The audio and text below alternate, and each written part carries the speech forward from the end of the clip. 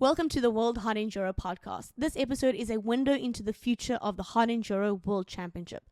We speak to Robbie Hunter and Ross Whitehead, who together are steering this new chapter of the championship.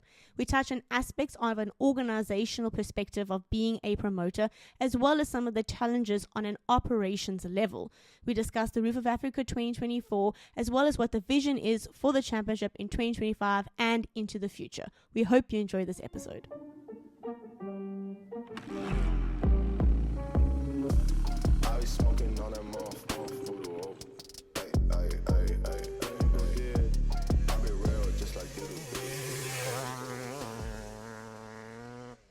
Hi, Robbie. Welcome to the World Hard Enduro podcast. Thank you for taking the time to speak to us today. Oh, there, Tone. Thanks very much. It's only a pleasure to be here. There has been a lot of uncertainty revolving the Hard Enduro World Championship over the last couple of months, you could say. And I'm sure that, not only ourselves, but the riders, the teams and event organizers are very grateful that there is going to be a championship now in 2025 and into the future. I believe this is a really good opportunity for people to get to know who you are a little bit better. So would you mind introducing yourself and what your role is with regard to the Hard Enduro World Championship? Okay, so obviously my name is Robbie Hunter. I've been around in the world of sport my whole life. I've been a professional athlete myself, obviously on two wheels, but not motorized. Finished my sporting career about 15 years ago. And then ever since then I've been involved in athlete management, event management across the world. A lot of it in Europe, but also in other places like Asia and Australia and things like that. So, it's a couple of years ago, I got involved with Motorsport along with my partner Ross, who headed up the Motorsport division for ProTouch Global back in the day. And ever since then, things have evolved over the last couple of years, and a huge opportunity came on board when Ross brought, I would say the opportunity to tender for the Hard Enduro World Championship, which was something that we thought was a good opportunity, not only for ourselves, but also to keep alive the World Championship, which we thought was obviously in dire straits, and it needed a little bit of, I would say, last minute saving to get it up and running again this year, which after long talks with the FIM and doing a lot of, financial investigations and things like that our side to make sure that we could get everything up and running in very short time. We managed to keep the championship alive, and pretty much that's where we're at, and I guess where I come from and why we're here. Fantastic. Thank you for sharing that. I think that, as you said, your experience with athlete management, I think that counts a lot with regards to, taking over this new promoter role. I think that something that we noticed from last year was that, riders didn't necessarily feel that they were being heard with regards to the championship. So I think coming from a side where you understand athletes and what they are looking for can also put you on a really good stepping stone to continue this new chapter of the championship. The information that was shared publicly from FIM was that ProTouch Global would be the new promoter of the championship, but you've said offline that that's not exactly the case. Could you tell us who is the new promoter of the championship? So in essence, it's not specifically ProTouch Global, although I am still, the managing director of ProTouch Global as a company which is based out of Switzerland, a sports event management company, and athlete management. We've decided through looking at what we would like to do with the championship that it would be a better idea to run the Hard Enduro promotions or the Hard Enduro World Championship out of its own entity. So basically we created a new company which is going to be based out of Dubai, which is called Hard Enduro Promotions Marketing Management, and it's myself and Ross, my partner, who are the two partners in the company, in essence, who are heading up the Hard Enduro World Championship for the future. Okay, great. Thank you for clarifying that. Will you be using some of the personnel and resources from ProTouch Global, or do you have a new team? As you said, obviously your partner, Ross, is it just the two, or do you have some other key members of your team, heading into this new chapter? Look, we're obviously looking at building up the team. I think it's an imperative part of where we're trying to go. There's no two ways that we would be able to run the World Championship, just the two of us. Obviously, with the years of experience of running events, and also from Protos Global side, there's a lot of resources we can rely on. But again, like I said, we are trying to separate the two to a certain extent. And we are building up a team for the future that we'll run everything out of one company, obviously, which is Hard Enduro Promotions. And the team will grow over time for sure. Okay, I understand. There was definitely, as you mentioned, a lot of uncertainty surrounding the championship when Wes said that they would no longer be able to be the promoters of the championship. And one could say that there was a lot of speculation, as you said, that there wouldn't be a championship this year, with such a complex situation and, a very short time frame leading into this year and this season. Why did you put your name into the hat to be the new promoter? That's a great question, Taryn. I mean, it's a bit of a leap of faith from our side as well, I think, at the end of the day. But look, I mean, we've been involved in the motorsport side for some years now. And I think at the end of the day, having worked with the likes of, Wade Young and Mario Romano and a couple other people, we've always liked the championship. I mean, ever since the first time I went to one of the first events with Wade in Italy, if I'm not mistaken, Hell's Gates it was. I saw a lot of opportunity, a lot of vision for growth within the hard enduro scene. And then obviously Ross got involved, and Ross took over the management of the motorsport side, and and he saw the same thing I did. At the time, there was a lot of growth within the sport with the West Series, but there was also a lot of complications within the original structure of the West Series, whereby the athletes weren't being heard possibly the way they should have been, and also I think there wasn't a complete picture of events and athletes together trying to forge the right way forward. It was more one-sided view as to what what the West Series tried to achieve out of the championship, instead of trying to get a complete picture and everybody's opinion at the table to try and move forward for everybody at the end of the day. So I think for us, it really was a bit of a leap of faith. We had long talks with the FIM, good talks. They appreciate what we're trying to achieve. It wasn't an easy or a quick fix. I mean, it took us a long time to get all the details surrounding the contracts with the FIM sorted. I mean, there was a lot that went into that to make sure it was moving forward in the right direction. But I mean, everything's been signed and sealed, and as we've already had our first event, second event coming up on the World Championship. Yes. So I think, look, it's we did it at the end of the day to make sure that the riders, the events, and the sport itself grows. It really is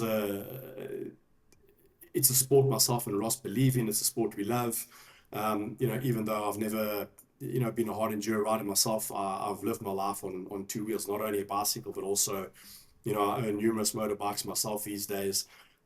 So yes, I am a person of motorsport that loves the hard enduro scene. I respect everything that the guys do. I think having seen and been to numerous events, what the guys do needs to be respected hugely. I don't think there's a lot of people out there that I don't think really realize what the capabilities of the likes of the Marios and the Kovačevs and the Billy Bolts really are, and Wade. I mean, it's what they do is impressive, and it impressed me the first time we went out there and saw what was going on and the sport that it is. It's a very new sport. We can't say that it's been around 150 years like some other sports in the world, but at the end of the day, it's an extreme sport. It's exciting. It's a sport that we've come to love. So yeah, that's why we got involved, to keep the sport going and moving forward. I agree. I would say that, with Wes and Red Bull in the beginning, what they did was an amazing job, really, to bring the sport to life. And I can understand why you wouldn't want to see, that progress fall away. And I also agree with you that what these riders can do is incredible. They are really such amazing athletes, especially in this such unique and challenging field and sport.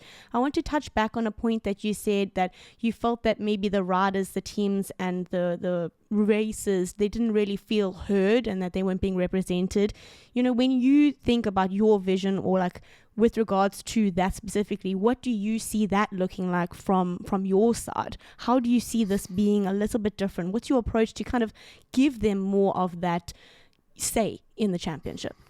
Look, I think at the end of the day, and this is again nothing, not to take away from what has already been created, because Wes in the past has done an amazing job. Them and Red Bull put the sport on the map, and they've done amazing things for it. But yeah, look, it's just the voices that we heard in having spoken to the riders and things like that, where they felt when they did voice certain concerns, nothing ever happened. Nothing ever happened, or there's not enough follow-up, or whatever the case may be. So what we've decided to do this year, and moving forward, is in essence create an ecosystem where, when there's going to be changes to the championship, that we sit down with the event organizers, the riders, and the teams, everybody at a table, kind of like a board of directors, that ends up deciding the future of a company.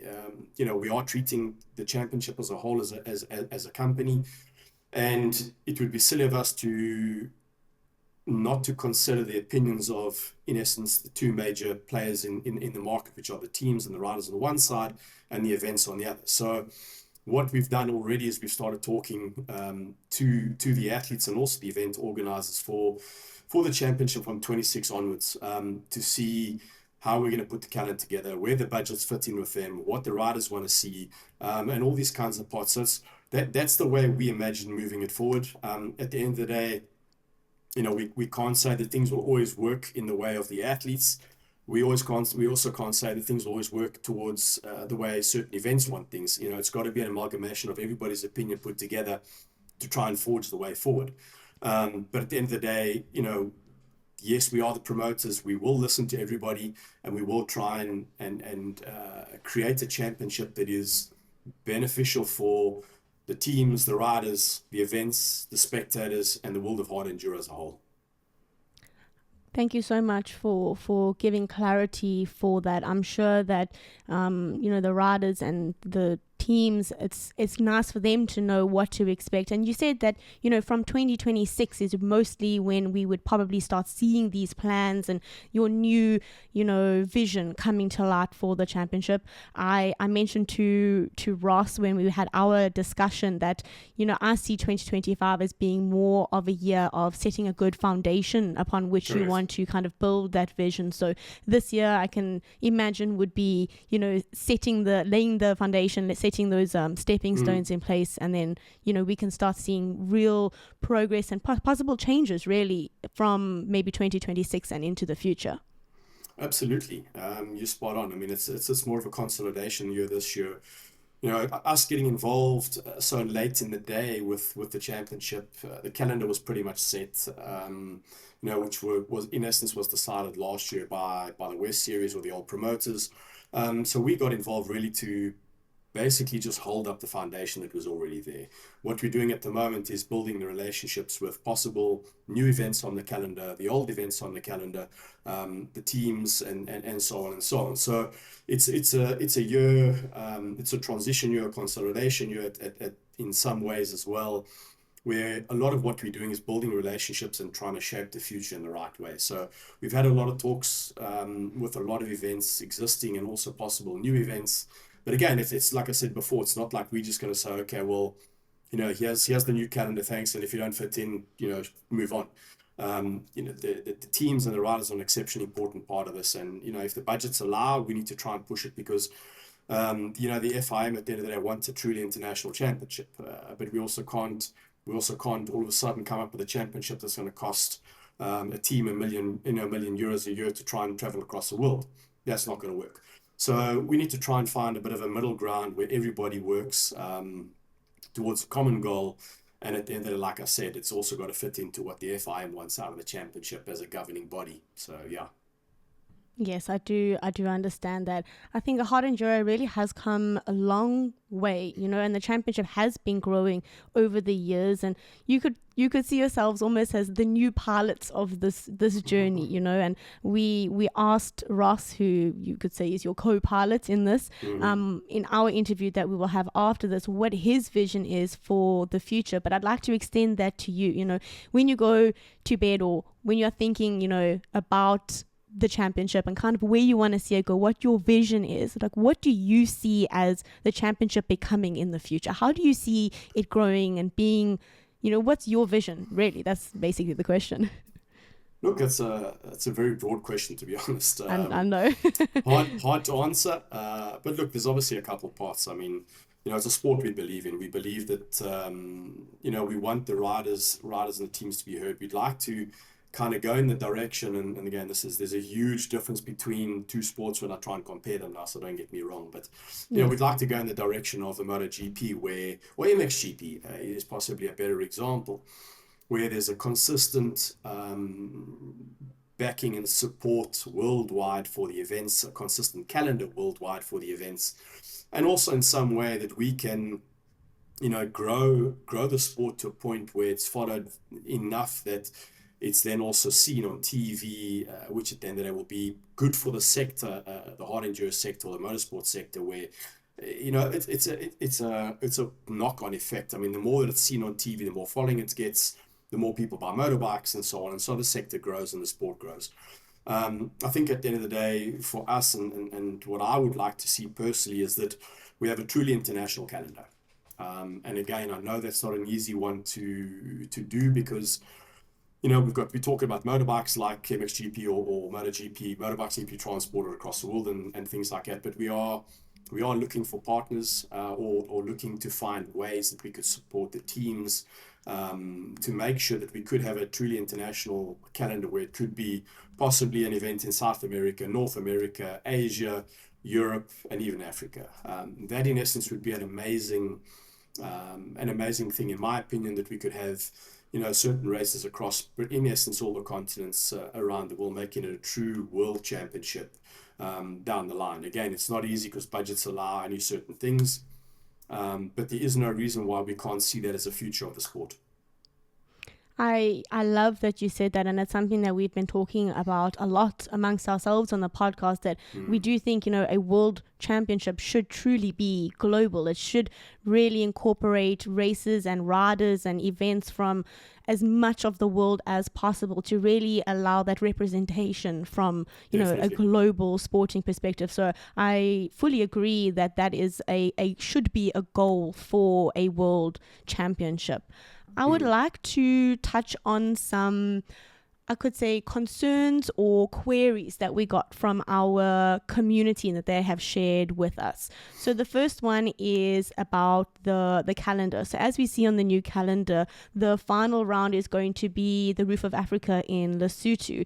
I'll be quite frank, 2024 was not necessarily a success, but I'd like to know, what were the main takeaways or lessons learned from, you know, the event last year, and based off of those, what are you planning to do differently this year to try and make 2025 a real success story? I guess major lesson learned is make sure that your route director knows what he's doing. That was a massive failing on our side, in the sense that we didn't deliver on the routes to the standard that were expected. In saying that, there was a lot of good aspects, but at the end of the day, you can build a bridge as high and as long as you like, but if the last cornerstone doesn't work, the bridge falls down. Unfortunately, that's the reality. So yes, I mean, I think yes, there were lessons learned. You know, we ourselves had apologized for mistakes that were made. Moving forwards, where are we, and where, you know, how things going to change for this year? We've already hired a great team of a great route director, and a team surrounding him that's going to make sure the routes are, in essence, better than they've ever been. We are by far way ahead of where we were last year compared to routes. Most of our routes are already set, and we're just adding the final details. Whereas last year, unfortunately, the task was too big for one man. We're quite proud of the fact that we've grown the roof from 300 odd athletes 3 years ago to 400 to just over 500 last year. It's something that shows that things were working to a certain extent as well with the roof, and I think where we are at right now, I think the job just got too big for one individual to manage and I think that's a mistake that we made, not giving him people underneath him, even though in the discussions we initially had, we were given the promises that the task was not too big for any of the individuals. So what we've done right now, like I said, we've taken that on board.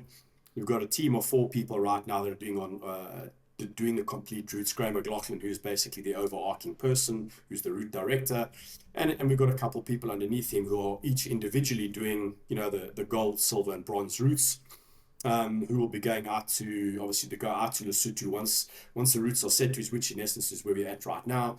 They then go out and ride the routes and see where possible changes might need to be made or not be made, and then just add a couple fixes here and there. But like I said, we're way ahead of where we were last year. Things are moving forward exceptionally well. We've got some great ideas. We're moving the time trial away from where it was last year. So a lot of exciting things this year, and definitely things have changed. The structures are a lot more solid, and I do believe that the team that we've got in place right now is rock solid, and they're doing things in the right way. Thank you so much for answering that. You mentioned that, over the years, the roof has grown, and, coming from South Africa, we can all acknowledge how important of an event the Roof of Africa is. In specifically from a South African perspective, what would you say to those local riders who are considering entering the Roofiest this year and maybe saw what happened last year and think maybe they should enter more local races instead, like MP, for example? What would you say to those locals to kind of convince them that this year is a good year for them to enter the Roof? I'd say the Roof is the Roof, and the Roof will always be a great event. The Roof of Africa, as you said, it's been around for years. It's an iconic event. I remember growing up myself and looking at the Roof of Africa back in the day, and it's quite a while ago. But I think at the end of the day, the Roof will always be the Roof. The Lesotho Mountains are extremely, they're prolific, they're majestic. There are some other great events out there, and I'm not going to sit here and say that people shouldn't go to other events. Absolutely, go out, experience them, enjoy them, go and support the other events. But I would also say support the Roof of Africa. It's an iconic event, and like I said, I do believe in earnest that what's happened right now, and the foundations that have been built, myself and Ross and the team behind us have spent months right now. I mean, we're in June right now. We've basically spent months and months. We might have been a bit quiet, but we've been quiet because we've been working exceptionally hard and fixing, the possible aspects that needed improvement. Which, like I said, we're at a point in time right now where we can honestly say the Roof is going to be a success. And it would be silly of people not to want to be involved in the Roof of Africa. It's a great event. It's a great weekend away. 4 days away with family, friends, in Lesotho. And, I dare say that it is different to every other hard enduro event. There are some other great events, but the Roof is still, it's just different racing in Lesotho, different culture, different people, different mountains. I hope that everybody comes, and we'll see you guys there, because I mean we've also had some great feedback, to be honest, that at the end of the day, that one of our partners in the hotels, the Avani, has already come back and said that the hotels are in essence pretty much fully booked, which means people have been booking that do want to come back to the Roof. So that's a positive. One thing I will say going forwards, the Roof will always be limited to a certain capacity. We don't want to try and grow beyond the 500 mark. Unfortunately, Lesotho as a country just hasn't got the infrastructure to support that. We don't want to be bigger and better than the other events. We don't want to try and compete with the MP. We don't want to compete with everybody else. We just want to be the Roof of Africa. And I think if we stick to our ethos as what the Roof of Africa is, the event will be a success, and people will continue to be there. I fully respect your what you said, your choice to, you know, focus on quality and keeping the size in a manageable, you know, amount, so that you can ensure that that is a successful event and that you're not growing it just for the sake of growing it. So I really look forward to what 2025 has in store. I know, you know, even from my experience that, you know, roof is very important, and I've been there a couple times, and yeah, it's a really iconic thing. So I look forward to what 2025 has in store.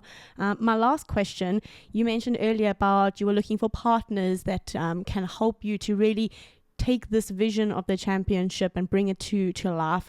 In the past, there was a lot of, you could say, speculation and discussion around KTM's involvement with WES and their ties to the championship. And I'm going to acknowledge that being the promoter is not an easy feat, but also not a cheap activity as well. So can you share more about who the sponsors are who are investing in the future and this new championships chapter? That's a great question, Taryn. To be honest, right now, myself and Ross are the biggest investors in this championship. We are in discussion with numerous other sponsors. There has been a lot of interest. Like I said earlier, there's been a lot of interest also internationally. And I'll get, sorry, I'm diverting right to very briefly, but you know, we've had 22 events right now on our desk that want to be a part of the championship in 2026. So it shows the interest worldwide, and the championship has got a good following. In saying that, from a sponsorship perspective, getting back to your point and your question, when you're running a truly international championship like the Hard Enduro World Championship can be, it does create the opportunities for international brands to showcase, you know, the sport as a whole and be associated with it. So we are in discussion with numerous partners right now. Until things are signed and sealed, I can't mention too much, so I apologize for that, but things will come out in due course. But what I can say is it is looking very healthy. As you said in the past, the championship was beholden to a specific brand, and again, we appreciate everything that, you know, certain brands and sponsors and things have been put in the past, but the way we see it moving forward is that we don't want to be beholden to any one specific brand, partner, or anything like that. It needs to be something that is independent, run in a good way for everybody concerned. So we also need to be very careful as to the partners that we do get on board, which I think we are being right now, that at the end of the day, the partners are going to understand the vision for the sport and not try and put a chokehold on it and only move it in one direction. So yes, we, like I said, just to finish off, we have got partners. We are in discussions with numerous people, and things will come out very soon. But as I said, myself and Ross are actually the biggest investors right now in making this championship work. So if anybody thinks we're not invested, my bank account says they're very differently. I can promise you that. Understood. Robbie, I want to say thank you so much for taking the time to chat with us today. And for our listeners, please stay tuned, because we will be speaking to Robbie's partner, Ross Whitehead, to discuss more of the operation side of the championship. Thanks very much, everybody. Just a quick interruption into this episode. If you enjoy what we do here on the World Hard Enduro podcast, the best way that you can support us is by hitting that subscribe button, sharing this with your friends, as well as letting us know what you think down in the comments below. It not only helps to share our channel and grow our channel, but also the greater ecosystem of Hard Enduro. That said, let's get into the next episode with Ross Whitehead. Hi Ross, welcome to the World Hard Enduro podcast. For any of our listeners who are maybe not familiar with who you are, would you mind introducing yourself and your role of the Hard Enduro World Championship moving forward? Well, yeah, hi Taryn. Firstly, thanks for having me on. My name is, like you said, Ross Whitehead. I'm the series director of the FIM Hard Enduro World Championship. Work with Robbie Hunter at ProTouch Global. Basically my role is the series director, so I'm, the face of, I suppose, the championship. Work closely with the events and event organizers and rider liaison and that type of thing. Yeah.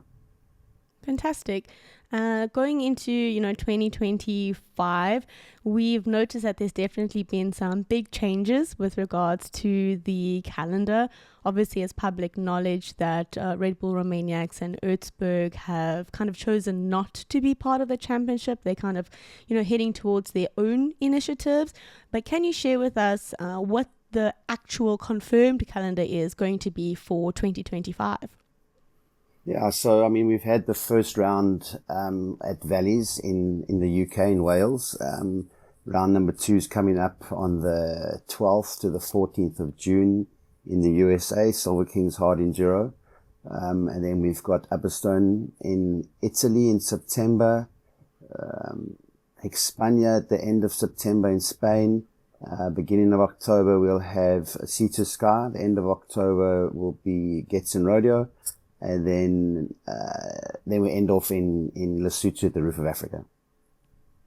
Fantastic. That is a really exciting calendar. A lot of existing events, but also a lot of new events that not only the riders they can look forward to, but also the spectators. I'm curious to know what your feelings are with regards to Erzberg and Romanaics choosing not to be part of the championship. I think it came as a bit of a surprise to all of us. So I'm just curious to know what your guys' thoughts are with regards to that. Look, it's unfortunate. It's, of course, 2 events that we do want to work with. We have reached out to them. We do have conversations with them. I think, the fact is that they removed themselves from the calendar when there was the disarray of whether or not there was going to be a championship. So, at short notice, when we were awarded the championship, we had to quickly, obviously, find a calendar. And there was a massive gap, as there still is, because effectively 4 events had fallen off from the published calendar for 2025 by the previous promoter. So yeah, I mean, it was, that's why we've got some new events that have popped in there. And unfortunately they removed themselves, the previous promoter, when, whether or not they knew they were going to keep the championship or not, they removed outliers from their plans. And unfortunately, ex-Ross, there's some political turmoil at the moment in Serbia, so they removed themselves as well. So, but yeah, going forward, like I said, it's, the Roof of Africa, Erzberg and Romanaics are 3 of the original races that started this championship or unofficial championship back in the day. So for sure, definitely, we would still like, stay in conversation with those 2 races and see where we can go in the future. I mean, to me, it's never a closed door.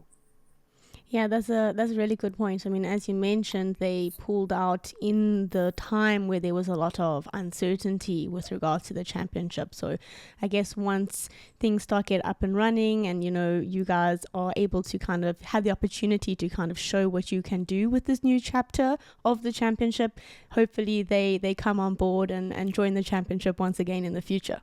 Yeah, for sure.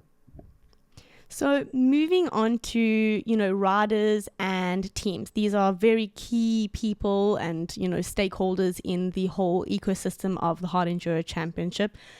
Compared to, I guess, the previous promoters, what are your approaches to doing things a little bit differently? And what is your outlook with regards to, the riders and the teams in the championship this year? Well, I think there's not... Of course, having been on the other side of the fence prior to becoming the promoter, was privy to sort of some ideas that were thrown around by riders and event organizers that, wanted to see changes. And I think what we want to do differently, I like the word you used, is ecosystem, is to create an ecosystem where everybody has a say and is heard. So, basically run the championship in a way that it's sustainable, where it's no one sort of entity that is making the final decisions, and, working together with, like you said, with the riders, with the teams, with, event organizers, with federations. Federations play a big part in all of it, to ensure that we can build a sustainable championship that, make positive changes that work for everybody. And yeah, I think, at the moment, we've implemented a new positive change, in terms of our scoring system and point system, for certain events. So things like that, we want to change. And I think the most important thing is that everybody has a seat at the table and we discuss it openly and come to a decision collectively at the future and the direction that everybody would like to see the championship going. Yeah, that's a really great point. I know, speaking to some riders in the past, a lot of them have, mentioned that they, and teams as well, they didn't necessarily feel heard. They didn't necessarily feel that they had a seat at the table, even though it was stated that they were all welcome. I know they didn't necessarily feel welcome. So I think that that's a really good turning point for the championship and for teams and riders to kind of feel, part of that decision making. So I think that that's a really great direction that you guys plan to take this in. I know that another big challenge, you could say, for a lot of the teams and the riders in the past was just finance. The travel cost to get to these events is quite a lot, and it's quite straining on teams and riders, especially those who are, individuals trying to support themselves. We've seen a couple of the events now. I know Valleys, they had prize money, and Silver Kings is also going to have quite a large prize money pool. Is this something that we can maybe look forward to for other events in the championship, for some, motivation and some prize money rewards for those riders? Yeah, for sure. I think, not to be too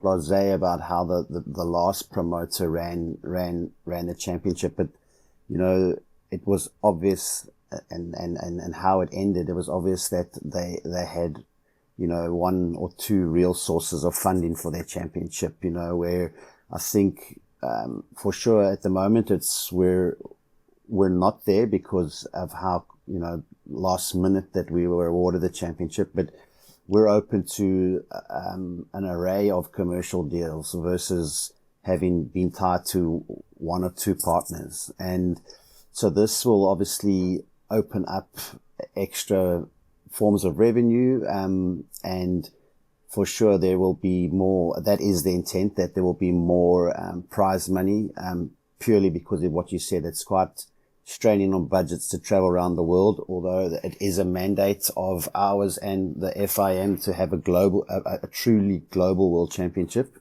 But yes, definitely there are events that are helping out the riders to get to their events. And that's something that we would look to keep in as a standard in the future. Fantastic. I really enjoy hearing that. With regards to the riders, obviously we see you continuing the junior championship this year. This is something that we weren't really sure if we would see, but we see that you are continuing that junior championship. And, from our perspective, the juniors really are the future of the sport. I'm not saying that the pros are not, they don't have a lot of years still to come, but those juniors are really catching up quite quickly. Can you tell us a little bit more about your focus on the juniors? Yeah, for sure. I think, the Brightmoors have proven that there's a healthy ecosystem in terms of riders as well. We have good teams that support the younger riders, Rigo Motor and the TTR Squadra Corsa team that are very, very good in what they do and X-Grip, that are, supporting these riders. And for sure, that is something that we want to, carry on with. We've got the contract with the FIM is a 5+5 year deal. So, if you want the ecosystem to survive, you have to start with grassroots. So, yeah, it's something we're focused on. And, unfortunately, just this year, it seems a bit chaotic, and obviously the way that things were announced and so late, and so some teams actually didn't make it, juniors didn't make it to the first round, which is unfortunate, but we do have their support there, that they are, the rounds that are coming up, and especially in Europe, we've kept the junior championship as close to it as possible, because those teams do not have the budgets of the factory teams. So juniors will be focused around European events. So yeah, it's a major focus of ours to keep it going, and hopefully with the ecosystem that we're looking to build, that we can free up some more finances to help support more of these riders coming through, because a lot of them are effectively privateers. Yes, that is very true. We did notice in the beginning of the year, obviously, as you said, the timing was a bit tight. So a lot of teams didn't really have the opportunity to really get their riders to those events. So we did notice that the junior pool is a little bit, smaller than last year, but maybe we'll see some more juniors coming up and joining some of those events in the up and coming races of the year. Last year we saw the 24MX Women's Award, and that was a really cool initiative that we saw. I know that with the Women's Award it's a little bit tricky. I know that they're not as many women in the sport, and there's a lot of competition between the few women that there are. Do you at this point have any initiatives to focus on women, at least maybe not now but in the future? Definitely. I think that's strong point of us as a company is obviously DEI. We want to, that's also another growing part of the sport. I mean, hard enduro is not, I suppose, like track racing where there's a lot more women, but there are women that do it. We've obviously still got Sandra that's in and done well at Valleys, and we will continue with the initiative and have an award for, a female category this year. And we actually are still speaking with 24MX. They still want to be involved in that. So, it's a great initiative, and of course we will definitely carry on with it. Fantastic. I'm really glad to hear that. This is your first year, obviously, as the new promoter, and I would see this year as, really building a strong foundation for what you plan to build this championship on top of. We could, say that a lot of the groundwork has been done over the years, and with event organizers already knowing kind of what to expect and how to cater to FIM's requirements. I'm curious to know, currently now, what are some of the challenges that you are facing coming into the championship now as a new promoter? What kind of challenges are you facing at a more of a operations level? You're right in saying so. Where there is a luck, and why we worked quickly to ensure that the events that had committed to the championship already would still commit to working with us as well, because most of them are events that have been on the calendar before, so they knew the operational requirements. So that, I suppose, was an easy an easy win for us, if you want to call it that. But I think the challenge is that we need to grow the championship and take it in certain directions. So, we've been inundated. I think we've got, if included with all the original races that you know of, we've got 22 different races that have contacted us already. Wow. And that's including what's already there. But so say we've got 10, so we've got another 12 races internationally that want to, have put their hand up to say, look, we would like to be part of the championship. Some of them are old races that have already are established, and a lot of the riders have been out there and raced them, and so that's quite nice to know that we have the riders, say, like, if we need to know about the races, but for sure we have our own protocols of what's expected to be part of the championship. So there are 1 or 2 races this year, or 3, that we'll go to and inspect, and we're still working with Mike Skinner, who's been a track manager for Wes in the past. So, Yes. We'll fly Mike out to events and make sure that, from I suppose a track, which is the most important part of a race, the track is up to standard, and then obviously the operational requirements around the event is also up to standard. Because a lot of these events, as they all started out, hard enduro is like, is a what's the word? I don't want to offend anybody, but like a rough and ready sport, if you want to call it that. And a lot of event organizers are like cowboys, and so, but we have to have a standard. So yeah, that's exciting that there is growth in terms of events wanting to be part of it. That's fantastic. That's really exciting, actually, to consider the idea that, you know, the championship and the races in the calendar could look quite different in the coming years. Definitely. With regards to, you know, your future vision for the championship and just like your plan, what direction are you guys thinking of taking this championship into, you know, this year and just like into the future as a greater picture for the championship?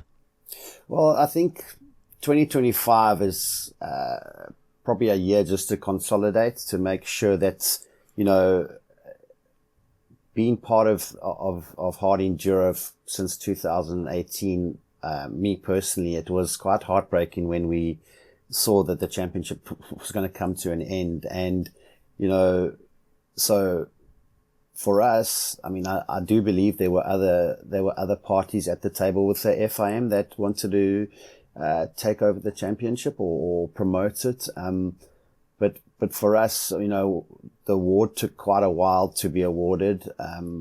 So it was just this year just to consolidate. But the future direction, like I said, is of course to create a sustainable and a good ecosystem around the championship and make it a true world championship, you know, globally. And so the direction is to, of course, have, you know, ideally a race in the east, obviously the central, which is Europe and maybe Africa, and then North and South America, if we could touch on all that. But yet it comes down to budgets and financing.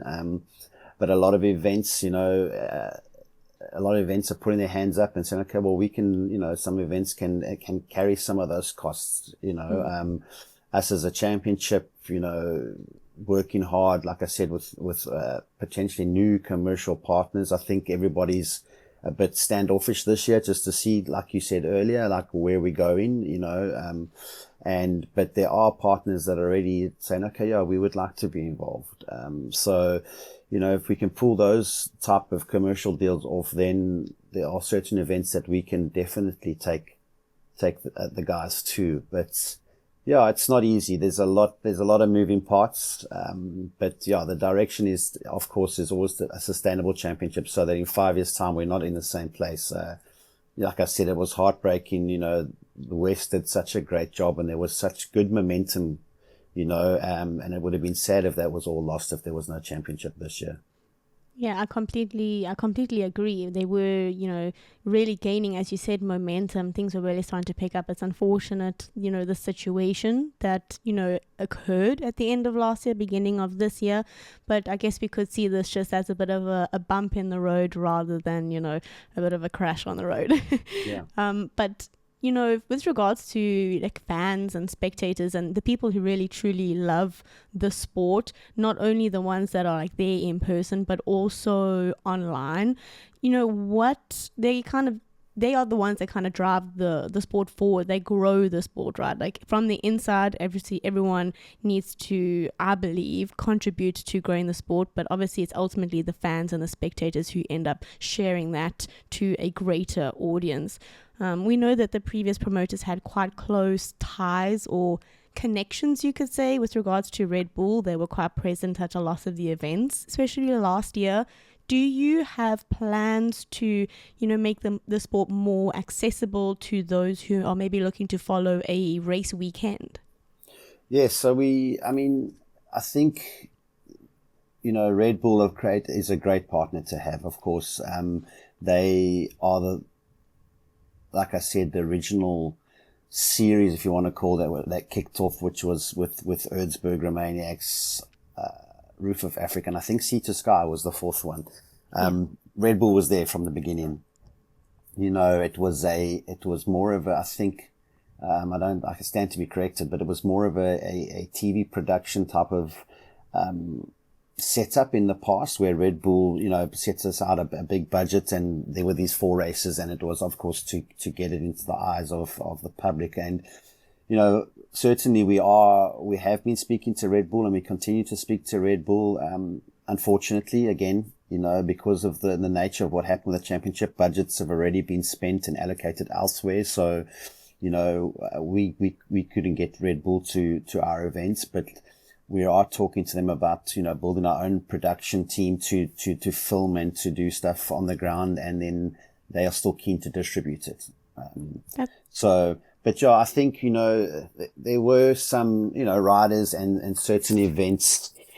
There were there's restrictions at working with Red Bull as well, which I think, in a year of consolidation, we can sort of sample and play with different ideas, to see if they work before we commit to any one sort of media house, having exclusive rights. Yes. So, yeah. Fantastic. Effectively the ecosystem, as you called it earlier, is quite large in terms of the viewership through our riders and through different, event organizers, through different sponsors. So to sort of, get everyone to work together and make sure that we get the message out and message clear, I think we can achieve quite, big figures. But we're speaking to different companies at the moment and different service providers to get involved. And I think, we'll start seeing some decent action from Silver Kings. Fantastic. Yeah, I think a lot of people are looking forward to Silver Kings. I think it's being a new event and somewhere where a lot of the riders have not been to before. It's going to be very interesting to see kind of how the riders do at such an event. My last question is just, generally following the championship, where can supporters, follow any kind of information or any kind of social media with regards to the championship? Where's the best centralized place for supporters to follow? Well, right now, obviously, I think it would be on our channels. We are, of course, also working with Enduro Life Media, but that's more sort of post-event, or not post-event, but after the race day sort of highlights, that type of thing. But up to date would probably be with our Instagram and Facebook channels for now. Fantastic. I would say it's the best place to go. Fantastic. Well, Ross, I just want to say thank you so much for taking the time to come speak to us today. And I wish you all the best of luck. As you said, obviously we all need to work together to grow the sport and to get it to the spectators and to really share the incredible things that these riders and event organizers, can do. And I really have high hopes for a positive year and a successful championship. Thank you, Taryn. Thanks for having me. I appreciate it. And we look forward to seeing you live at events. If you have made it to the end of this episode, I just want to say thank you so much for listening. And we hope that this was an informative episode and answered a lot of your questions revolving the championship and what to expect in heading into the future. If you have any other questions or any ideas of what else you would like to hear on the podcast, please comment down below and we will be sure to try and to create some content that really answers your questions and give you what you are looking for with regards to the world of hard enduro.